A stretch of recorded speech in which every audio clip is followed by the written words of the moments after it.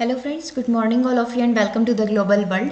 Session को आज हम लोग यहाँ पर स्टार्ट करने जा रहे हैं। सेशन में आज हम लोग यहाँ पर पढ़ेंगे मध्य प्रदेश कृषि अर्थव्यवस्था के बारे में, जिसमें हम लोग भारत का या स्पेसिफिक मध्य प्रदेश की बात करें तो मध्य प्रदेश को कितने जोन में डिवाइड किया गया है, मध्य प्रदेश किसके लिए प्रथम है, यह सारी चीज़ें डिस्कस करने वाले हैं।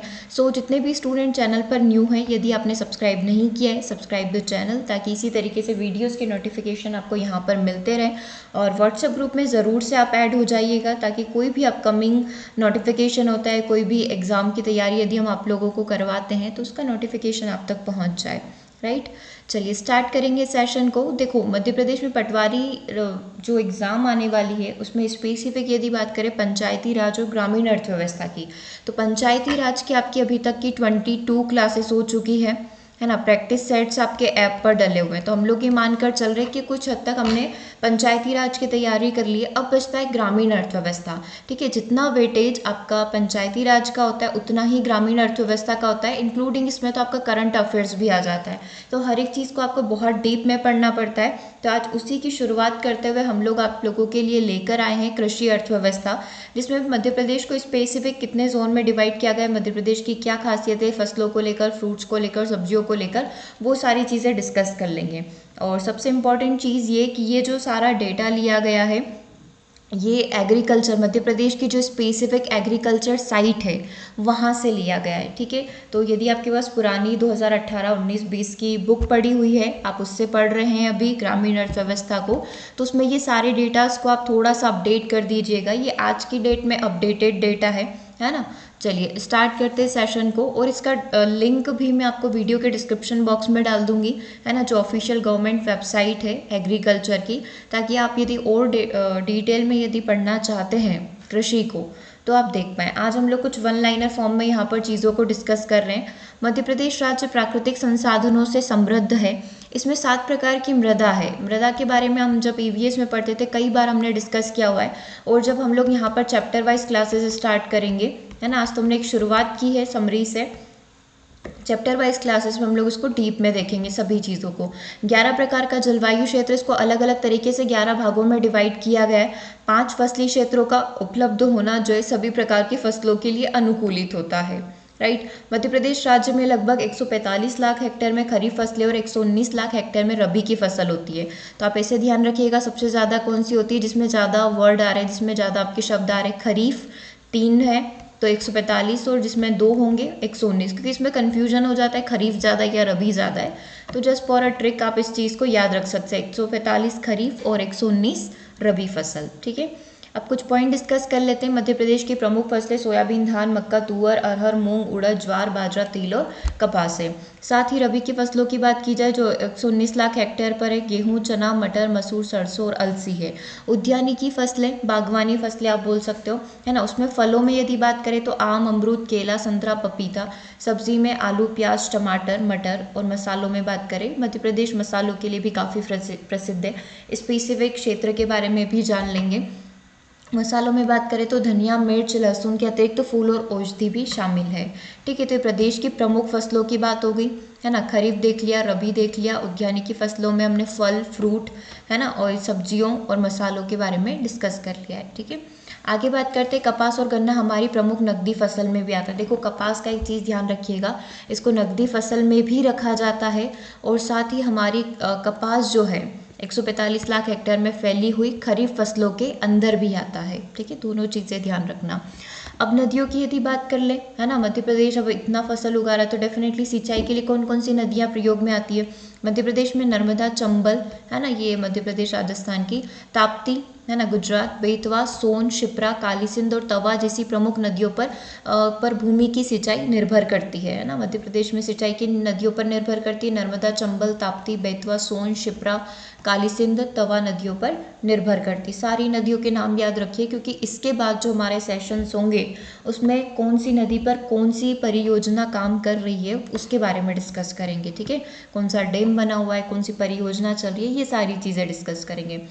नेक्स्ट पॉइंट, मध्य प्रदेश में कृषि विपणन के लिए 259 कृषि उपज मंडी समितियां हैं और 298 उप मंडियाँ है। हर एक तहसील में मंडी होती है, लेकिन इसके लिए स्पेसिफिक कमेटीज़ बनाई जाती है जो इनकी देखरेख करती है।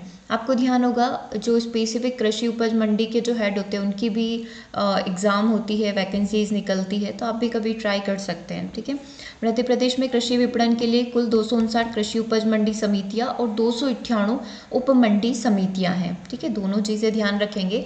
आगे मध्य प्रदेश राज्य मक्का सोयाबीन, देखो मध्य प्रदेश राज्य जो है मक्का सोयाबीन चना उड़द के उत्पादन में देश में प्रथम स्थान पर।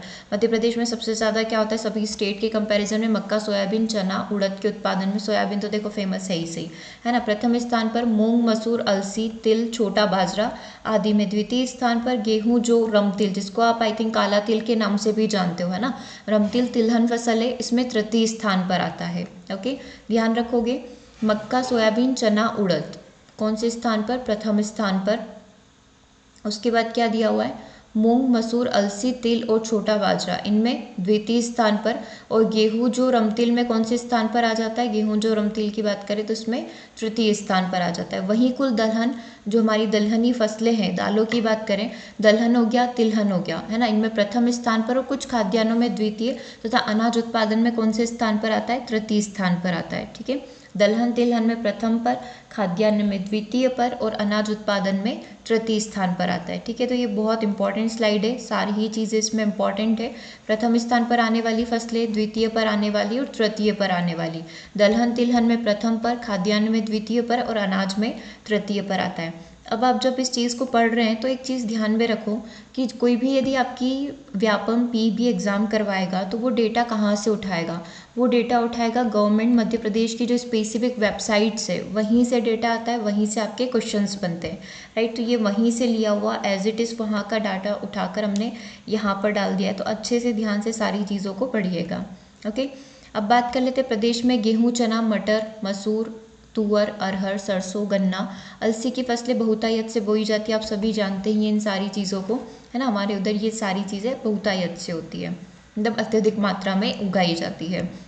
मध्य प्रदेश राज्य उद्यानिकी फसलें जैसे अमरूद के उत्पादन में देश में द्वितीय स्थान पर है। ठीक है, उद्यानिकी फसलें बागवानी फसलें में अमरूद जो है कितने स्थान पर? हमारा गुआवा जो है जामफल जिसको हम लोग बोलते हैं, द्वितीय स्थान पर है ना। सीताफल नींबू इन दोनों में कौन से स्थान पर है? तृतीय स्थान पर है। और पपीता में फोर्थ स्थान पर है। और अंगूर में आपको पता है कि रतलाम फेमस है अंगूर के लिए, कौन से स्थान पर है? 8वें स्थान पर है। ठीक है, इसी से कई सारे आपके क्वेश्चंस भी बन जाते हैं, 6 से 7 क्वेश्चन बन जाएंगे अकेले इन 3 से 4 लाइन से। ठीक है, तो अच्छे से देखो इस चीज़ को एक बार और चाहो तो देख लो। अमरूद में कौन से स्थान पर है?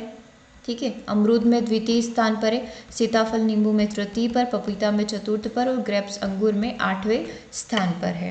ओके, चलो आई थिंक क्लियर होगा। नेक्स्ट पॉइंट की बात कर लेते हैं। सब्जी उत्पादन में मध्य प्रदेश देश में प्याज फूल गोभी ककड़ी मिर्च मटर उत्पादन में ये द्वितीय स्थान पर होता है। पत्ता गोभी कद्दू उत्पादन में तृतीय स्थान पर, भिंडी लौकी में चतुर्थ, आलू करेला शिमला मिर्च के उत्पादन में 5वें स्थान पर है और मूली उत्पादन में ये 7वें स्थान पर है। और परवल जैसे आपने देखा ही होगा, परवल का हमने ईवीएस में काफ़ी पढ़ा हुआ है ना।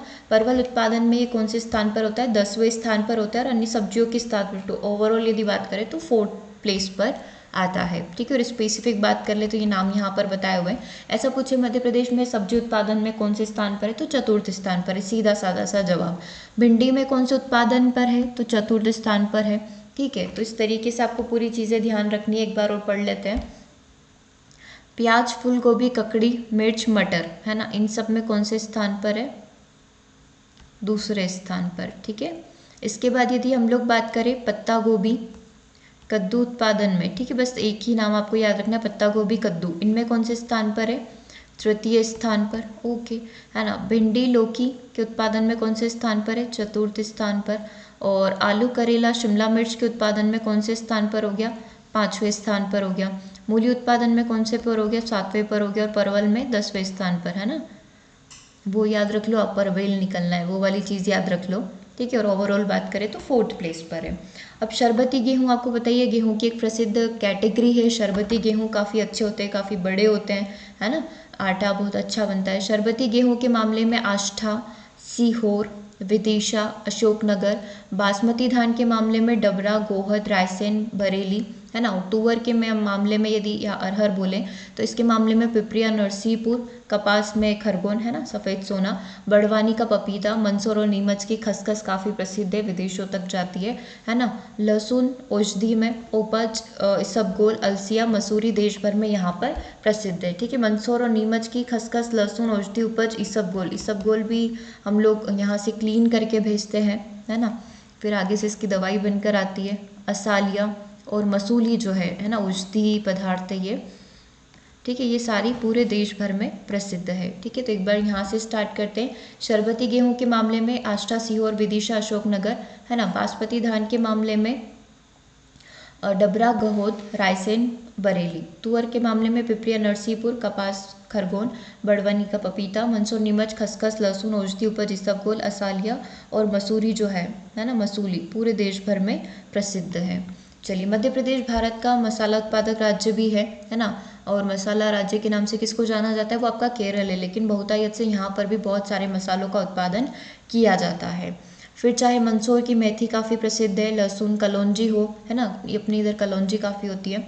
उसके बाद नीमच की खसखस हो, गुना व कुंभराज की धनिया हो, बेड़िया की स्पेशल मिर्च हो। प्रदेश में हल्दी और अदरक के उत्पादन को भी यहाँ पर बढ़ावा दिया गया है। अदरक तो हम घर में ही उगा लेते हैं। चलिए, तो ये कुछ इंपॉर्टेंट पॉइंट थे जो आई थिंक आप लोगों के लिए काफ़ी हेल्पफुल रहे हो। देखो, ये चीज़ें ऐसी है कि एक बार पढ़ने से नहीं याद होगी, ज़रूर से इसके नोट्स बना लो, है ना, क्योंकि ये प्रथम, द्वितीय, तृतीय, चतुर्थ याद करना बहुत दिक्कत वाला काम होता है। नोट्स बनाओगे, डेली पढ़ोगे, तभी याद हो पाएगा, है ना। हाईलाइट करते जाओ चीज़ों को, हाईलाइटर यूज़ करो, 3 से 4 टाइप के हाईलाइटर लेकर आओ। देखो, अगर तैयारी करनी है, एग्ज़ाम निकालनी है, तो फिर उस तरीके से करनी पड़ेगी। केवल देख कर कुछ भी याद नहीं होने वाला है। सिर्फ अभी देख लिया, एग्ज़ाम में बताओ कहाँ से याद रहेगा आपको कि कौन सी चीज़ कौन से प्लेस पर है। ठीक है, तो नोट्स तो बनाने पड़ेंगे। और रिवीजन करते टाइम आप ये वापस से वीडियो देखने नहीं आएंगे, आई नो, है ना। तो अभी क्या करो, नोट्स बना लो। ओके, चलिए, इसके अलावा फिर कोई दिक्कत आती है व्हाट्सअप करिएगा, सेशन कैसा लगा कमेंट करिएगा। क्या इसी तरीके से गवर्नमेंट वेबसाइट से आप सारे डेटास को कलेक्ट करके एक जगह करके याद करना चाहते हैं तो ज़रूर से मैसेज करिएगा ना।